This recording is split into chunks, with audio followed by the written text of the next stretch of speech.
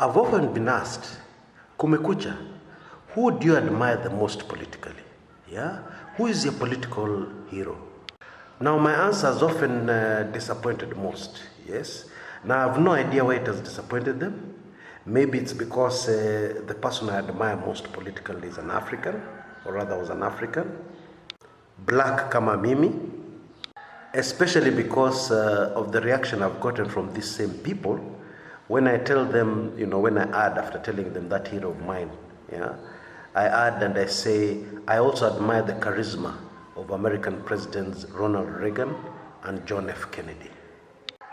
Charisma too, not political ideology, not their politics. Anyway, my big political hero, yeah, is an African who led an African country and retired poor. Yep, you heard me right. Aliongoza nchi na hakutajirika. Now I can hear some of you guys saying, come off it, Chris. There's no such African leader. Actually, there is. And his name is Julius Kambarage Nyerere. A leader who left power of his own free will without any pressure from anybody, anywhere. When President Nyerere retired, left politics of his own free will, government officials, the military, etc., visited his home. There was a function of some sort, He actually came from a place called Mara region within Tanzania, and actually hails from one of the smallest tribes, in Tanzania, Anyway, they visited the place, and guess what? They just looked at where the guy was living, looked at his village home, and they felt ashamed. Clearly, according to them, this was not befitting the status of a president. And so the military and the government raised money, they raised funds, mchango, and they built President Nyerere a house, at least something befitting his stature. Now that is just the kind of thing that gives me a political orgasm. What? We know African presidents, when they get into power to amass wealth. African presidents have secret Swiss accounts. Not anymore. But that's a story for another day. But they amass their wealth outside the country, and they're very, very, very wealthy.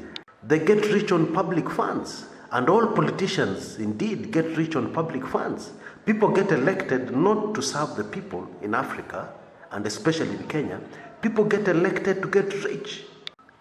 Now here is a president, a ruler of an entire country with all the instruments of power at his disposal, and he chooses not to touch public funds. He chooses to serve his people single-mindedly, without caring about his own benefit, without even being able to build a house for himself. Now, why should that not give me a political orgasm?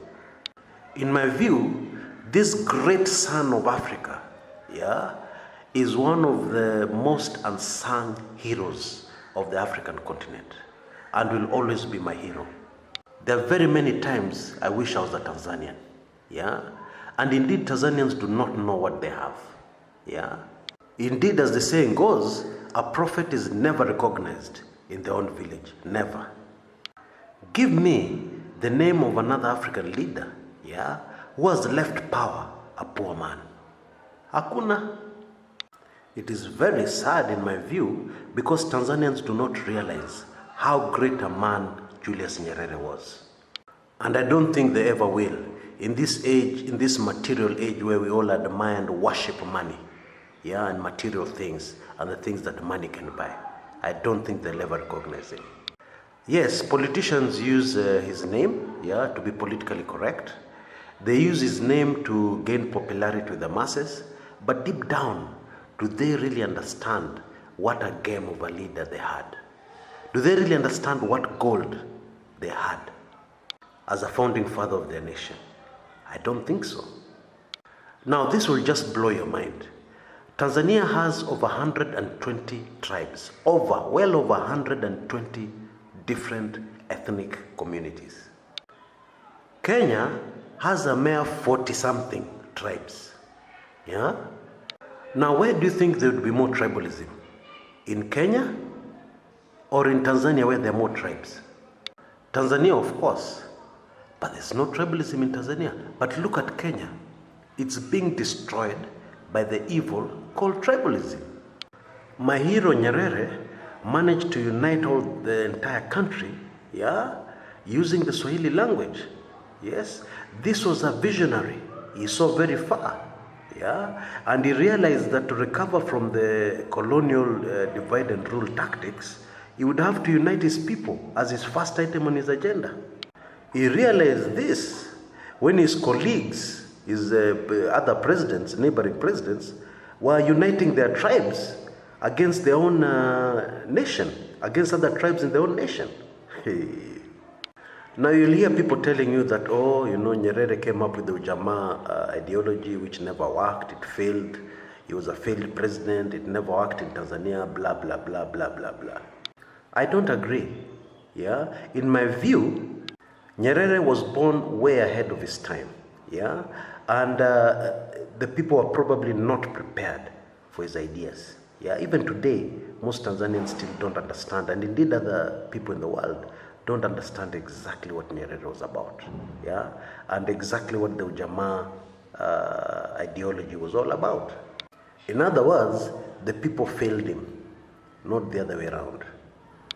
Anyway, I'm well aware of the fact that selling to Ujamaa to anybody would be a very hard sell, So let's just focus on what is clear and can be understood. Nyerere left behind a very cohesive Tanzanian society, ready for serious political takeoff, ready for serious economic takeoff. Because when people are united, when the politics of a country cannot be invaded by tribalism, that can never work in Tanzania. Never, never ever. When a country's politics cannot be invaded by religion, that can never happen. You can never find. People have tried, to bring the Islam thing, Muslims, it has never worked in Tanzania. And I'm very convinced it will never work. And this is not by accident. It's because of the firm foundation Julius Kambarage Nyerere left behind. I love to visit Tanzania. And whenever I visit Tanzania, my Tanzanian friends tell me I'm not a Kenyan. I'm too much like a Tanzanian. I seem to understand their history better. I seem to understand their psyche better. We ni mmoja wetu bwana, we Mtanzania bwana. Wacha kutania hapa kutambua we ni Mkenya. Amna. Of course, I'm well aware of the fact that when Kenyans visit Tanzania, it's just full of criticism without understanding the issues. Watu waongee English. Gosh, what is English? The Chinese are a superpower today without English. The Russians, the French, and I can go on and on and on. What is language? Think about it for a minute. Who looks more stupid? An African leader going to Great Britain and trying to outdo the English in speaking the Queen's English? Or a Russian who goes to Great Britain, and of course they know how to speak English, but they insist on a translator, and they speak in Russian and it's translated. Nyerere was a great visionary, great son of Africa. One of the things he did was to translate Julius Caesar's classic work, that I keep mentioning on this channel, Julius Caesar.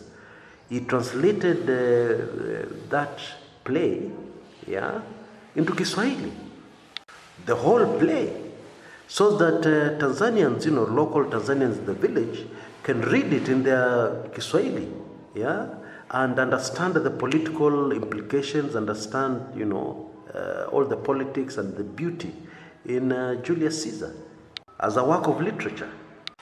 O God of Abraham, Isaac, and Jacob, I pray to you that a Kenyan mother will one day give birth to a Nyerere who will lead Kenya and breathe life into a rotten, destructive politics. New life that will completely change it, from its destructive, stinking course. Now I'm going to leave you with two clips, for the sake of those brainwashed Kenyans, and there are many, they're the majority in fact, who believe somebody is not intelligent unless they can speak English. The first clip is of Nyerere very eloquently using the Queen's language. Yeah? And then the second clip is my favorite, where he talks about tribalism. Yeah? Just enjoy. Until next time, this is Chris Kumekucha. IMF is no longer being used for the purposes for which it was founded. It was founded at the end of the First World War by the developed countries. Basically, frankly, by the United States and Britain. They are the founders, and until now, they are the controllers, quite frankly. That organized the Bretton Woods instruments were never intended for the Third World. They were intended to deal with the problems of the First World. Katika Jumuiya ya Afrika ya Mashariki, wakati tunafanya kazi katika Jumuiya ya Afrika ya Mashariki, sisi watu wa Uganda tulikuwa tunajuana kwa makabila yetu, na tunatajana kwa makabila yetu. Watu wa Kenya walikuwa wanajuana kwa makabila yao, huyu Mkikuyu, huyu Mjaluo, huyu Mluhya, na wanatajana kwa makabila yao. Watu wa Tanzania walikuwa kabisa hatujui makabila yao.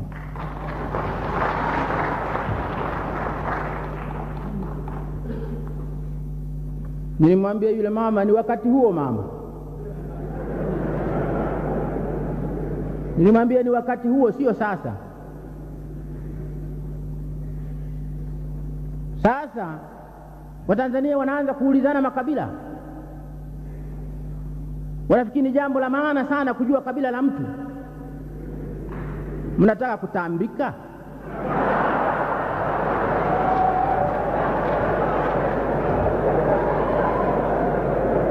Maana faida ya makabila iliyobaki ni kutambika tu basi. Lakini hasa ina maana gani nyingine? Katika nchi ya watu wazima, kabila lina maana gani nyingine? Tukifanya mitambiko pale Butiama pale tunafanya mimi niko karibu pale na chaka letu ambapo ndipo Mungu wa Tiama wale anakaa. Lakini kabila hasa Tanzania ya leo inazungumza kabila.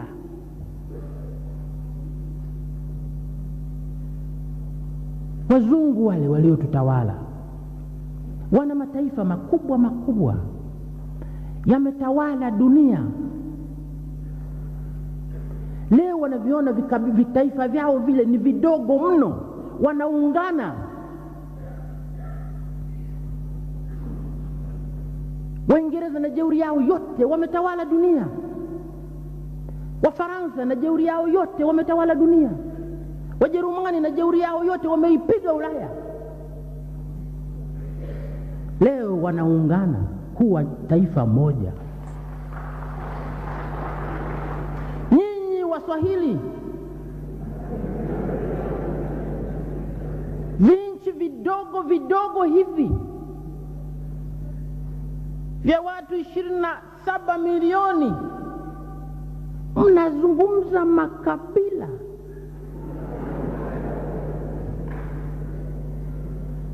Mnazungumza lugha ya makabila.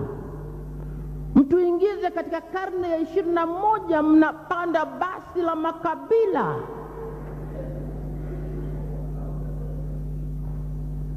Lakini tumeanza kuzungumza ukabila.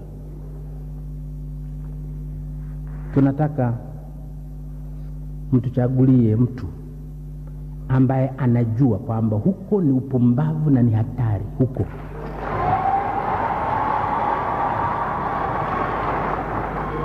Hatuwezi lugha ya ukabila hatuwezi kuzungumza. Wenzetu wanatushangaa. Wenzetu majirani, sisi ndio ilikuwa mfano wao. Mbona Tanzania hawazungumzi?